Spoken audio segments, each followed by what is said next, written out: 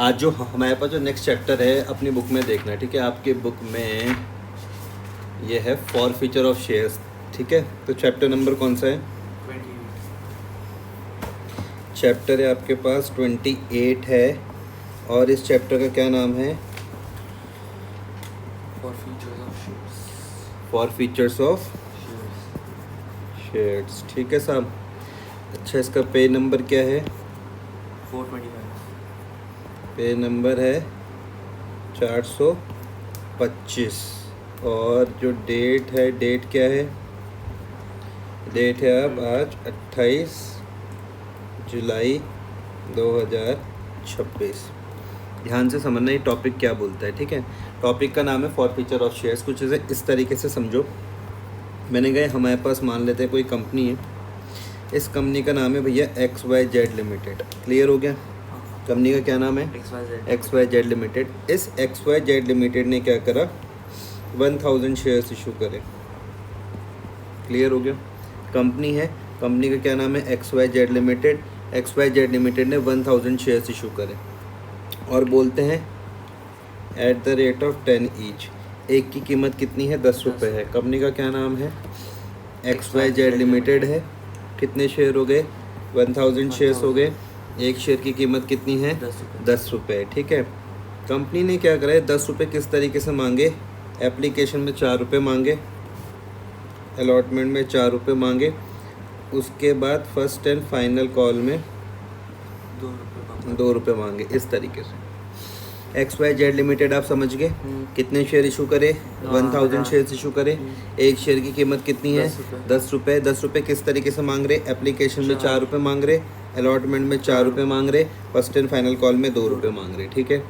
अब यहाँ पर एक शेयर होल्डर है भाई। यहाँ पर एक कौन है? यह है एक शेयर होल्डर। इस शेयर होल्डर का क्या नाम है? मानव, ठीक है। एक शेयर होल्डर है, शेयर होल्डर का नाम क्या है? मानव है। मानव के पास है 300 शेयर्स। कितने शेयर्स हैं? 300 शेयर्स। क्लियर हो गया? एक शेयर होल्डर है, शेयर होल्डर का नाम क्या है? मानव है। कितने शेयर है इसके पास? 300 शेयर है। इसने क्या करा? एप्लीकेशन तो पेड कर दी, मतलब कंपनी को एप्लीकेशन तो दे दी, लेकिन इसने अलॉटमेंट का पैसा कंपनी को नहीं दिया और फर्स्ट एंड फाइनल कॉल का पैसा कंपनी को नहीं दिया। आया समझ में या नहीं आया? ये मानव आपके पास एक शेयर होल्डर है जिसके पास कितने शेयर है भाई? 300 शेयर हैं। इसने क्या करा? एप्लीकेशन तो पेड कर दी, मतलब कंपनी को एप्लीकेशन का पैसा तो मिल गया। मतलब कितना? 300 मल्टीप्लाई बाय 4 कितना?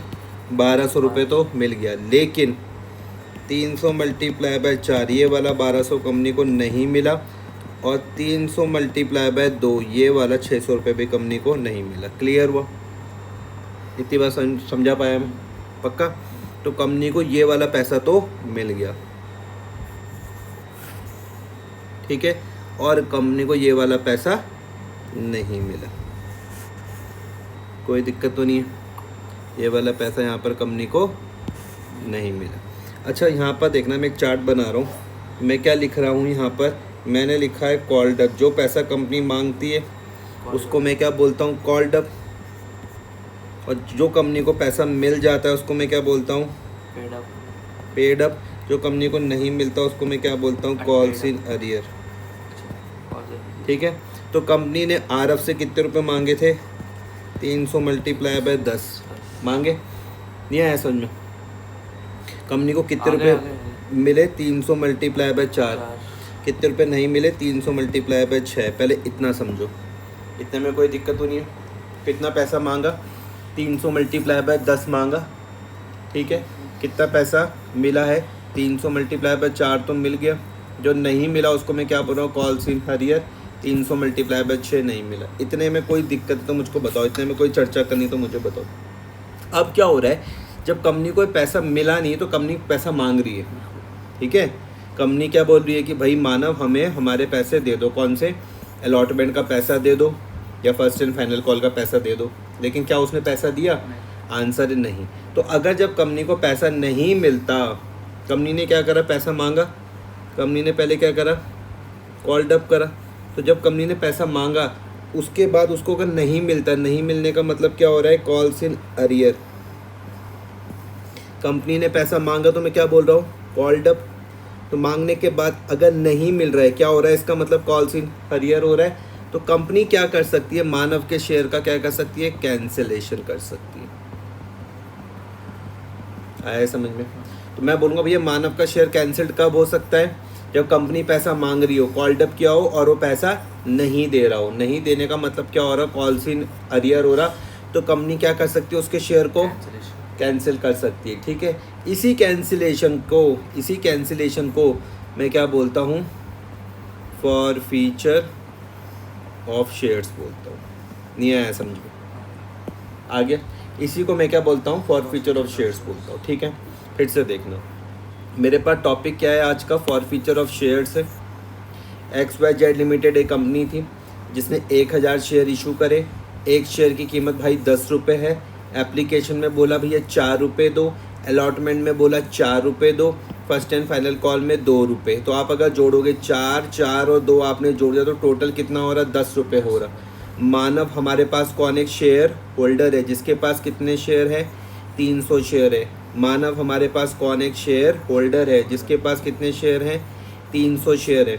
इस बंदे ने क्या करा, एप्लीकेशन का पैसा तो टाइम पर दे दिया, मतलब 300 मल्टीप्लाई बाय 4 है 1200 रुपये, तो इसने टाइम पर दे दिया। लेकिन क्या नहीं दिया, अलॉटमेंट का पैसा इसने टाइम पर नहीं दिया। किसका पैसा नहीं दिया, अलॉटमेंट का पैसा इसने टाइम पर नहीं दिया। और फर्स्ट एंड फाइनल कॉल का पैसा नहीं दिया। अलॉटमेंट का पैसा कितना बन रहा है, 300 मल्टीप्लाई बाय 4, क्या ये समझ पा रहे हो आप, आ रहा। और फर्स्ट एंड फाइनल कॉल का पैसा नहीं दिया, 300 मल्टीप्लाई बाय 2, ये 600 समझ पा रहे हो। जो कंपनी पैसा मांगती है उसको मैं क्या बोलता हूँ, कॉल्ड अप। तो मानव से कितने रुपए मांगे, 300 मल्टीप्लाई बाय 10 मांगे। उसने दिए कितने, 300 मल्टीप्लाई बाय 4 ही तो दिए, सिर्फ एप्लीकेशन का ही तो पैसा दिया। और जो पैसा नहीं दिया उसको मैं क्या बोलता हूँ, कॉल्स इन अरियर। क्या आपको 300 मल्टीप्लाई बाय 6 समझ में आया? पक्का। अब यहाँ पे देखो केस क्या बन रहा है, क्या, हाँ 4+2, इस 6 में क्या है, 4+2। कंपनी ने क्या पैसा मांगा, इसको मैं क्या बोल सकता हूँ, कॉल्ड अप। कंपनी ने पैसा मांगा, इसको मैं क्या बोल सकता हूँ, कॉल्ड अप। लेकिन क्या उसने पैसा दिया, नहीं, तो नहीं दिया तो उसको मैं क्या बोल रहा हूँ, कॉल्स इन अरियर। तो अगर आपको ऐसा केस दिख रहा है तो कंपनी क्या कर सकती है, उसके शेयर को कैंसिल कर सकती है। तो इसी कैंसिल करने को मैं क्या बोलता हूँ, फॉर फीचर ऑफ शेयर्स बोलता हूँ। समझ में आया?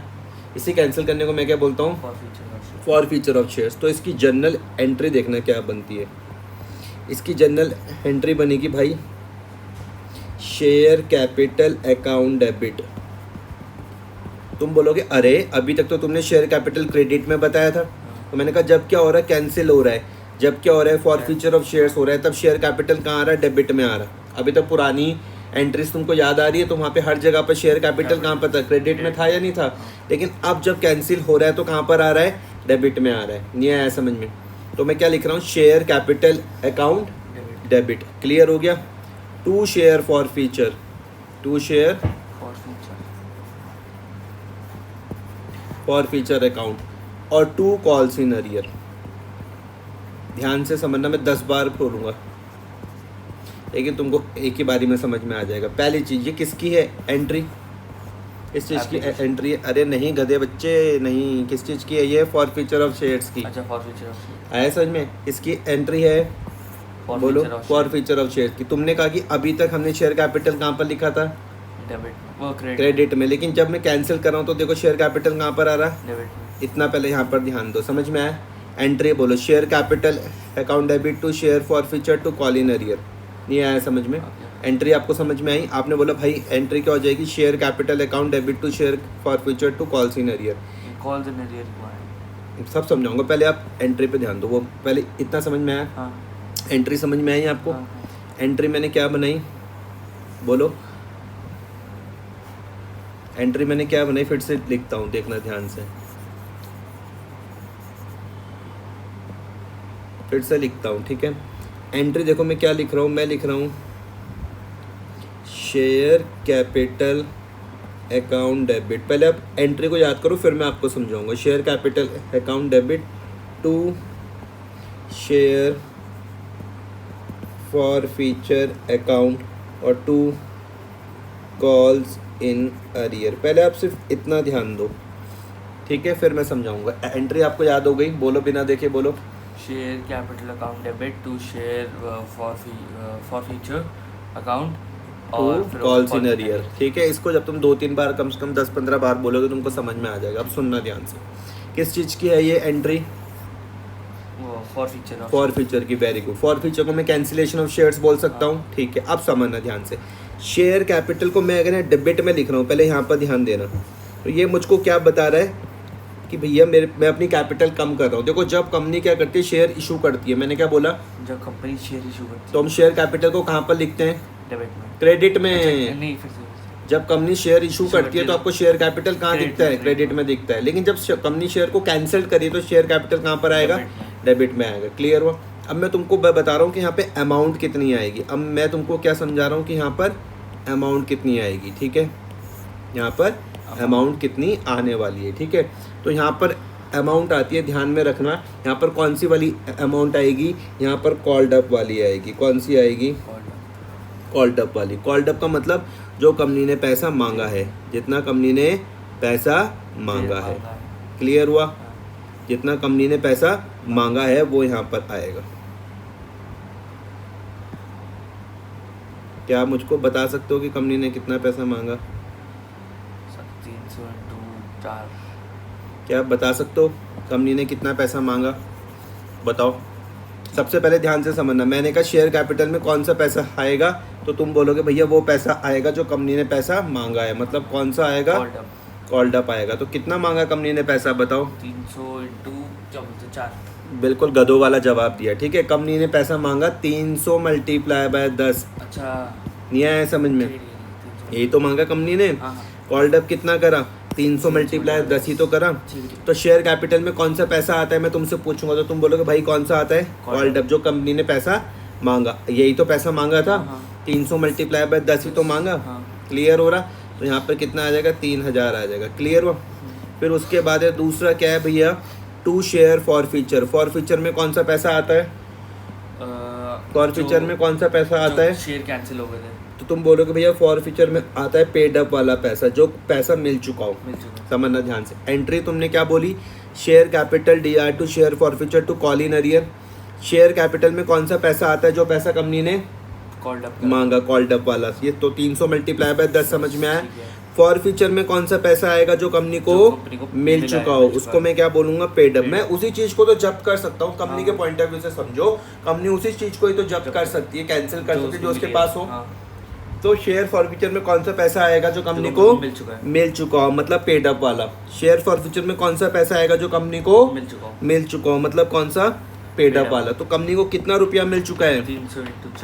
300 × 4 मतलब कितना? 1200 रुपये। क्लियर हो गया? और उसके बाद बचता है कॉल्स इन अरियर। यहाँ पे कौन सा पैसा आएगा जो कंपनी को नहीं मिला हो? जो नहीं मिला उसको मैं क्या बोलता हूँ? कॉल्स इन अरियर ही तो बोलता हूँ, या फिर अनपेड अप बोलता हूँ। तो जो पैसा नहीं मिला, तो कितना पैसा नहीं मिला? 200 × 6। बिल्कुल गधों वाला जवाब। 300 × 6 कितना? 1800। इतने में जो बात नहीं समझ में आई मुझसे पूछ लो। एंट्री आपको समझ में आ गई? Share capital account debit to share forfeiture to calls in arrear समझ में आया? तो शेयर कैपिटल में कौन सा पैसा आएगा? जो कंपनी ने मांगा, उसको मैं क्या बोल रहा हूँ? कॉल्ड अप बोल रहा हूँ। शेयर फॉर फ्यूचर में कौन सा आएगा? जो कंपनी को मिल गया, उसको मैं क्या बोल रहा हूँ? पेड अप बोल रहा हूँ। और कॉल्स इन अरियर्स में कौन सा पैसा आएगा? जो कंपनी ने मांगा लेकिन उसको नहीं मिला, जिसको मैं क्या बोलता हूँ? कॉल्स इन अरियर और अनपेड अप। ये आया समझ में? जो चीज़ नहीं समझ में आई मुझसे पूछ लो फिर से। आया था समझ में? करो इसको।